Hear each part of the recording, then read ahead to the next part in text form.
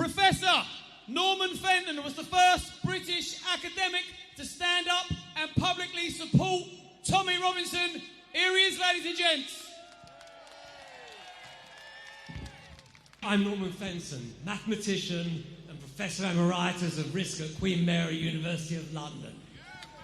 Academics claim to be the torchbearers for protecting human rights, civil liberties and freedom of speech.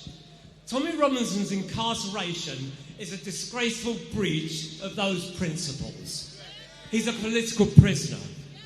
But if I could have got all the other academics prepared to publicly say the same thing, I could have driven them here in a Renault Clio and still had room for a couple of hitchhikers. That's because academics support the political persecution of men like Tommy who aren't like them. I'm sick of their hypocrisy and prejudice. It led to the head of the National Educators Union sending out a mass email to its 500,000 members asking them to turn up today to combat all of us here calling us racists and fascists.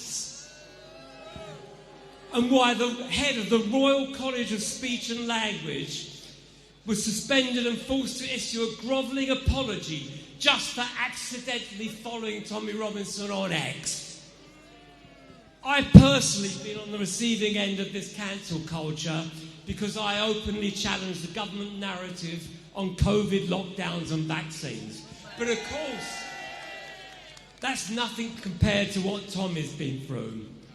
Where are all the human rights and civil liberties organisations who are supposed to campaign for political prisoners like Tommy and the others wrongly imprisoned after Southport? They haven't said a single word. They're cowards. The fear of being cancelled simply for being seen to be associated with Tommy shames our country. People who support him must be prepared to publicly say so. They can't cancel us all.